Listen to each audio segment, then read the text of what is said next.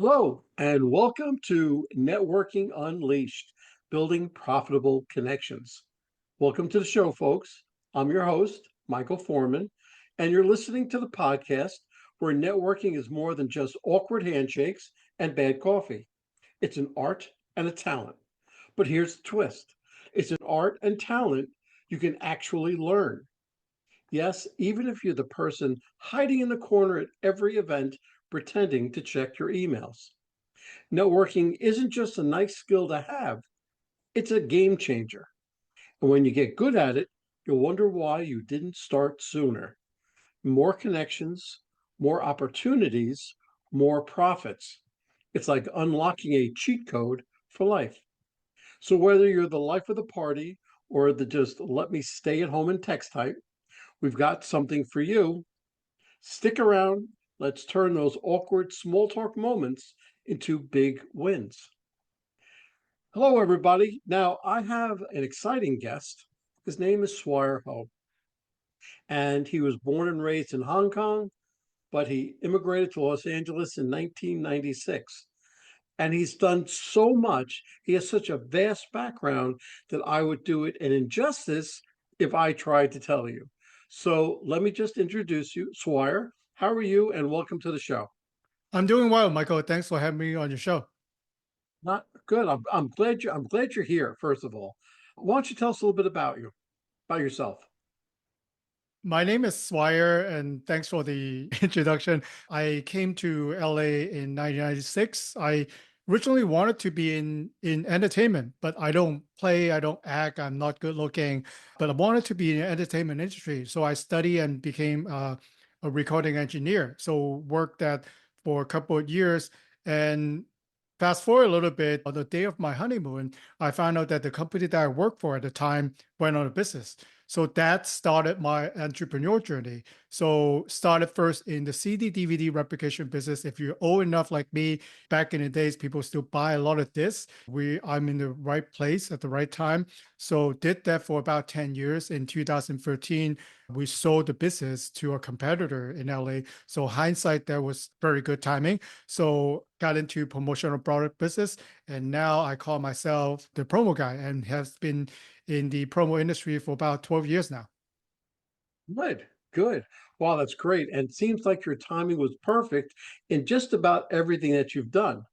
But let's switch this around a little bit. How has strategic networking played a role in your ability to turn creative ideas into successful business projects? I wish I know more about networking like when I was younger. Like I love networking. This is what I do. This is how I find business. But for example, now my son is a sophomore in college right now. So my advice to him at this point will be you should network with the alumni, with your professors, with other students, that friends that you have, because I tell him he always complained to me that the job market is tough, right? There's a lot of people want the same job. But I told him most positions, like even the executive positions, are taken before they even on the market. Why? Because people network, people know who is up and coming, who they want to work with, who they want to be on the team. So those dream positions actually might not be on the market, but you're able to get through them through networking. So I think that could relate to business as well. Like the best deal out there are not in the open for request for quote. It's already given through handshakes, networking, and then people working from behind the scenes. You're absolutely right. And let's just go back a little bit. You said your son was in college and you told him that networking was so important. I can't begin to tell you how right you are because even today, where I have friends in high places, they network through their college buddies Mhm. and they do work. One guy goes hunting and invites all of his college buddies with him, and they talk business over hunting. Everything is networking. Networking is so crucial, and what goes with that is the trust, and the trust factor is so big and so important that when you go to college with these guys, you have that built in. So half your battle has been fought already. Okay, so What are some key strategies you use to build and maintain strong business relationships that lead to profitable collaborations? I think one of the key to success, if I can use that word, is I like to follow up with my customer. Because listener can think about your experience right now. When is the last time that a sales rep or a representative checked in with you after you purchased from them? That's Chances right. are not that often. But if you are in business development, if you are a business owner, why don't you check in with your customer? Ask them the few question. Are you happy with the product and services that we provided? And then you listen. Sometimes they will give you concern. Sometimes they will complain a little bit. I wish you could deliver on Thursday instead of Wednesday. If this is something that you could solve or do quickly, do that without them asking you again. So you'll be surprised how you could build on your customer loyalty that way just because you listen. Because most big companies don't listen. Or if you try to complain, they have a whole department just listen to you, but then that they're not going to do anything. You're absolutely right. And the follow up, I'm jumping ahead like towards the end of the podcast already, but the follow up is so crucial and so important with your customer base.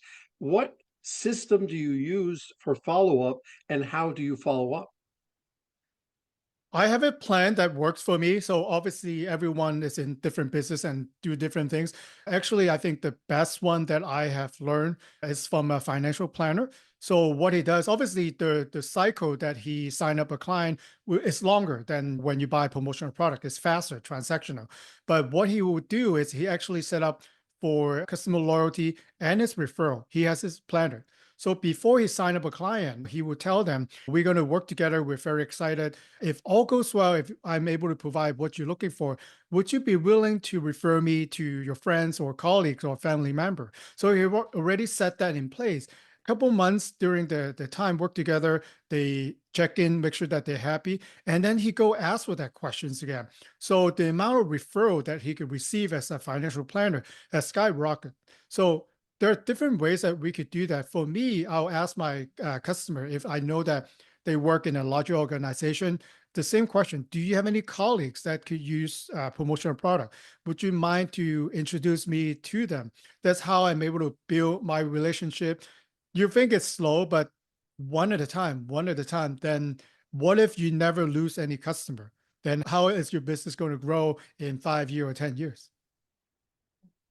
Absolutely. I used to be a mortgage banker. And we did almost the very same thing for referrals.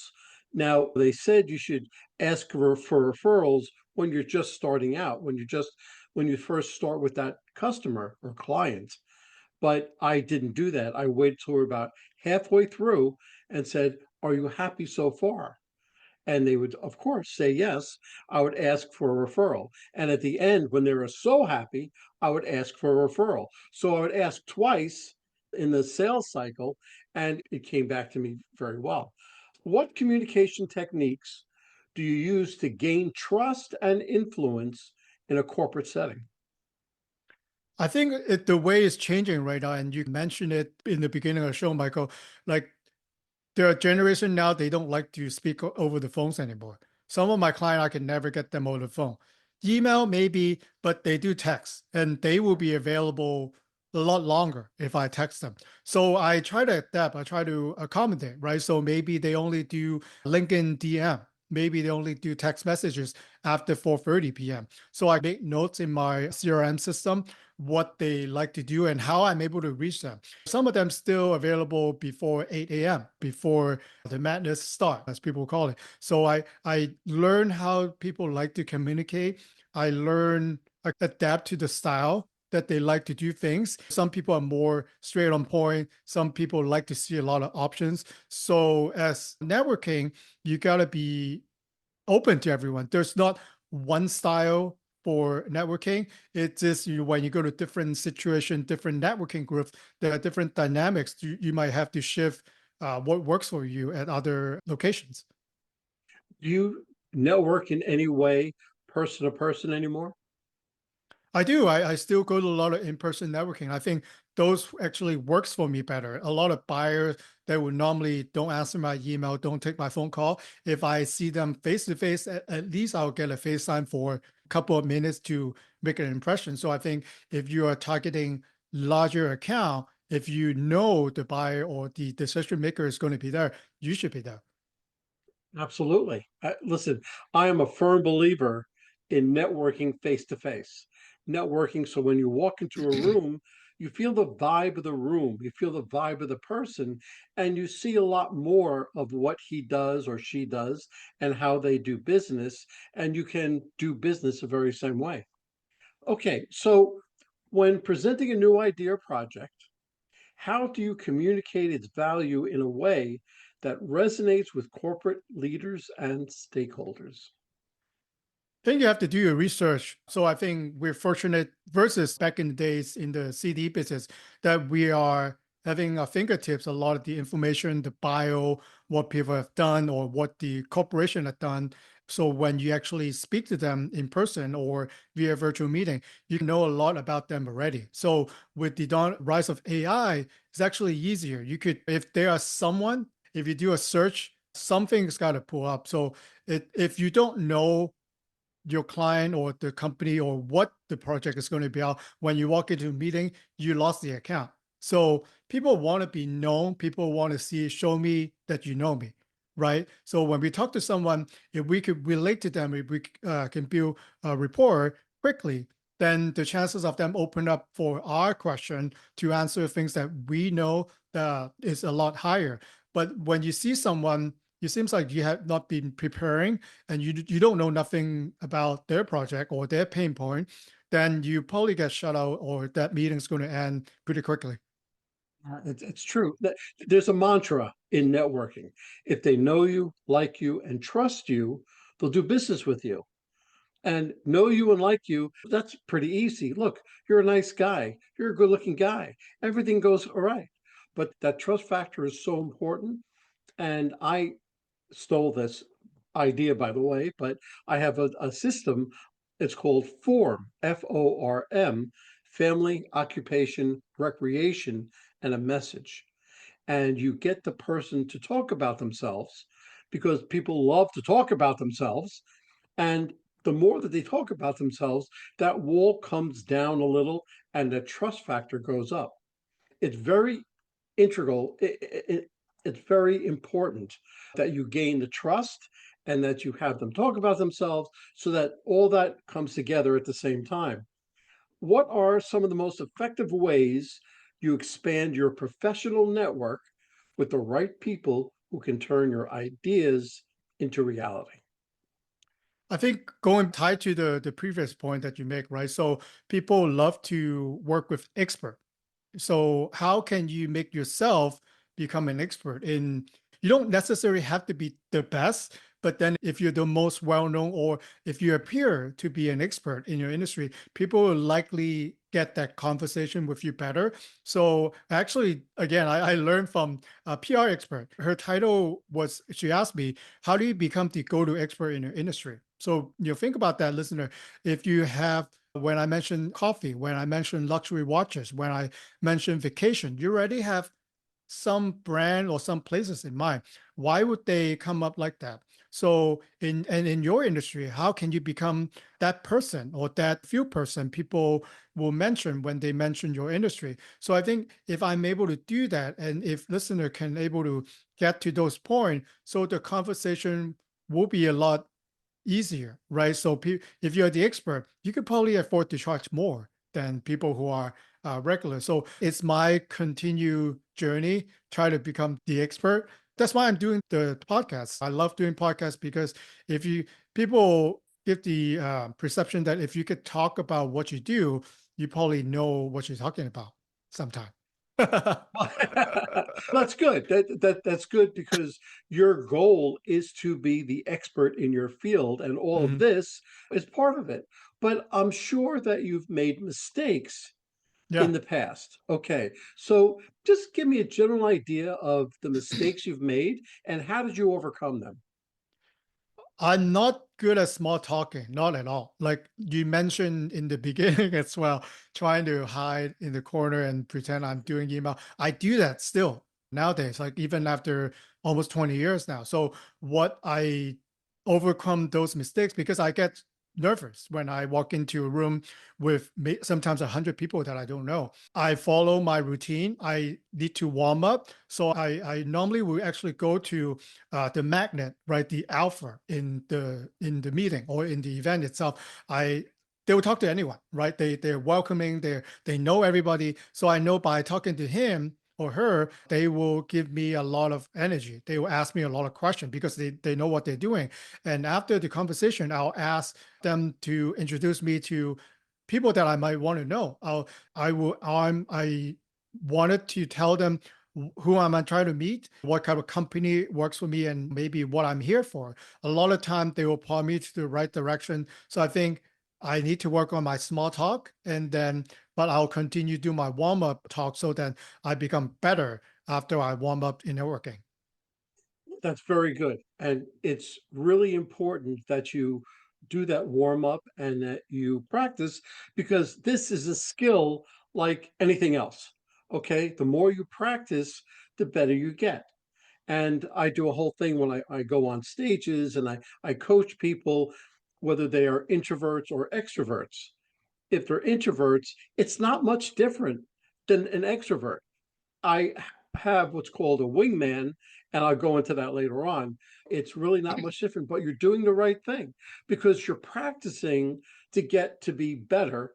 And once you're better, you become the expert in your field, and then everything opens up for you. Okay. Can you share a time when a connection helped you overcome a challenge and open doors, an unexpected open of the doors? Yeah, actually a recent example. So I'm not going to name names, but went to a conference for hospital organization last year. So I met all the buyers, all the important people. So there were a lot of people, big event. So I talked to the main buyer of a hospital group. They have about 20,000 employees in LA. So big account for me potentially. But as those type of meeting, a lot of people are jumping on to the person as well. So I actually get maybe 2 minutes of FaceTime. Nothing happened. I checked in, I do all my email. He's busy, but I met him again in November, right, at another separate event. So he remember we met. So we continued to talk. Still nothing happened until about 2 months ago. I email him and I keep following up with him. And he said, okay, I actually do have a opportunity for you. And we get connected. And now we are getting little orders from that big hospital group. So I think the challenge, and then for a lot of us, is we're all busy, right? Do you ever forget your follow up? How often do you follow up? Like, at what point do you give up? A lot of us give up after maybe a couple of tries, maybe 5 tries. I think like the longest I follow up with a person and open up door, I think it was 5 years. That's a long time. That's a long time. Yeah. It's really, there's in the sales force, you have to reach out and touch somebody, touch their email, talk to them, whatever, like 6 to 12 times before they would respond to you. So you have to put a lot of work into this while you're not getting any response, but you have to keep at it. Now, I emailed somebody about 7 months ago. It was an event planner that I wanted to talk at this show, and nothing, crickets, nothing for 7 months. Last month, she emailed me and talking as if we were talking for the entire 7 months. So it's mind blowing. But once you extinguish your options with a potential client, let's say, because I have a secret sauce for following up.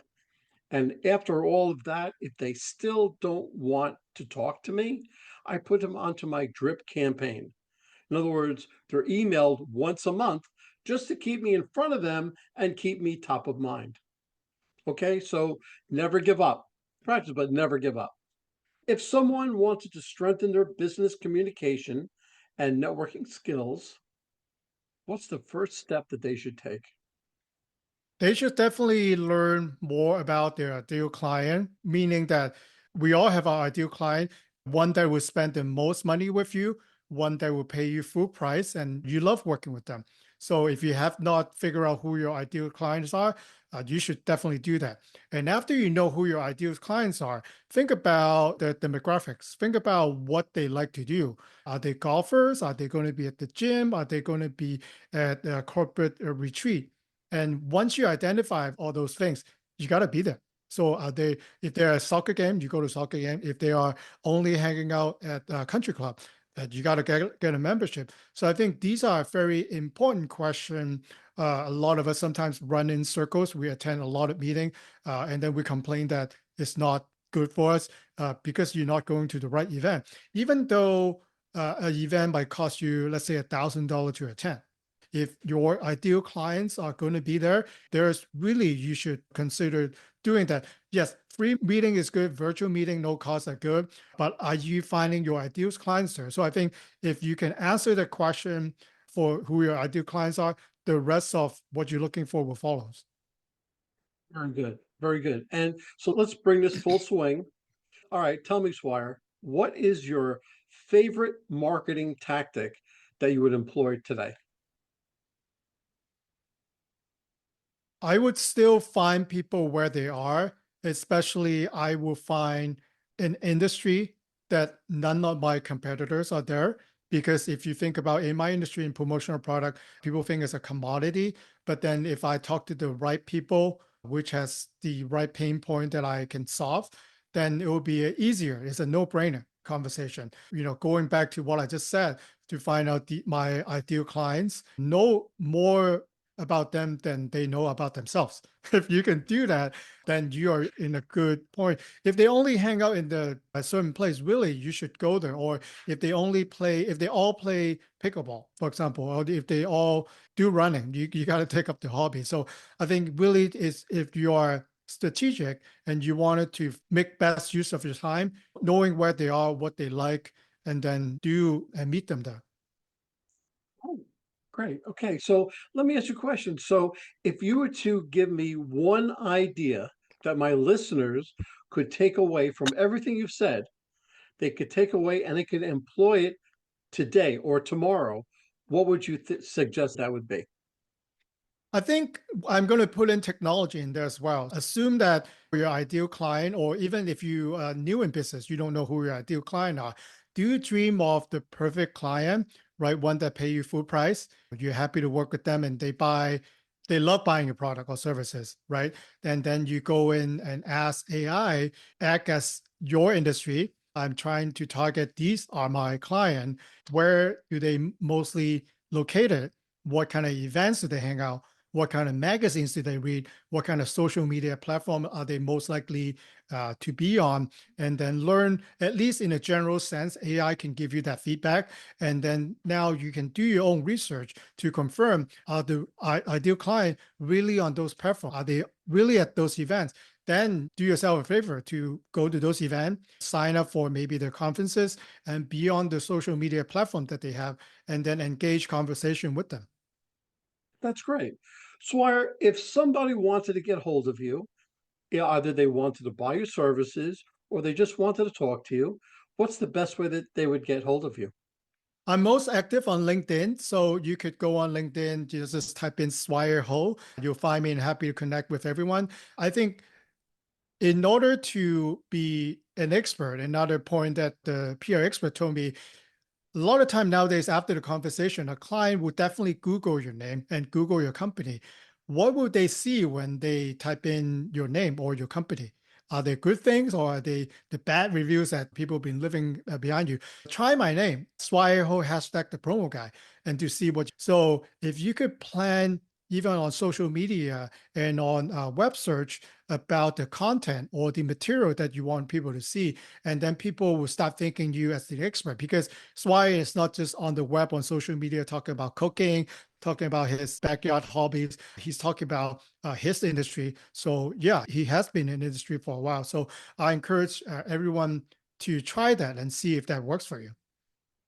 That's great. Swire, I can't thank you enough. This was a great podcast, and thank you for coming on my show. Thanks, Michael. Well, hold on, folks. Don't go anywhere. Let me just read a few of our sponsors that we have. Struggling to reach success? Maybe it's time to quit. In Quit Your Way to Success by Rodney Davis, this reveals 27 steps to breaking bad habits that hold you back. This powerful book helps you rewire your mindset, take control of your actions, and turn setbacks into stepping stones. With real life examples, motivational quotes, and actionable lessons, especially for sales professionals, you'll gain the tools to quit, what's stopping you, and start winning. Transform your future today. So Quit Your Way to Success by Rodney Davis, available now on Amazon. And this is a nonprofit called Revved Up Kids.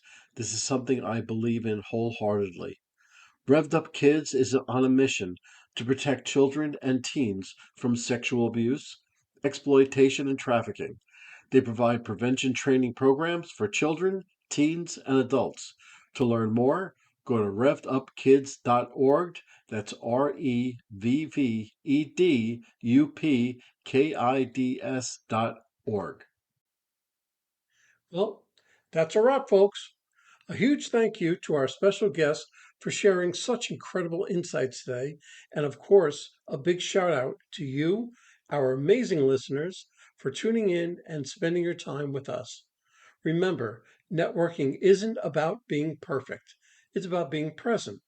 So take what you've learned today, get out there, and make some meaningful connections. If you enjoyed this episode, don't forget to subscribe, leave us a review, and share it with someone who could use a little networking inspiration. Let's keep the conversation going. You can find me on Apple, Spotify, YouTube, or my website, michaelaforman.com. Remember, until next time, keep practicing, keep connecting, and keep building those relationships. This is Michael A. Forman signing off. Take care and happy networking.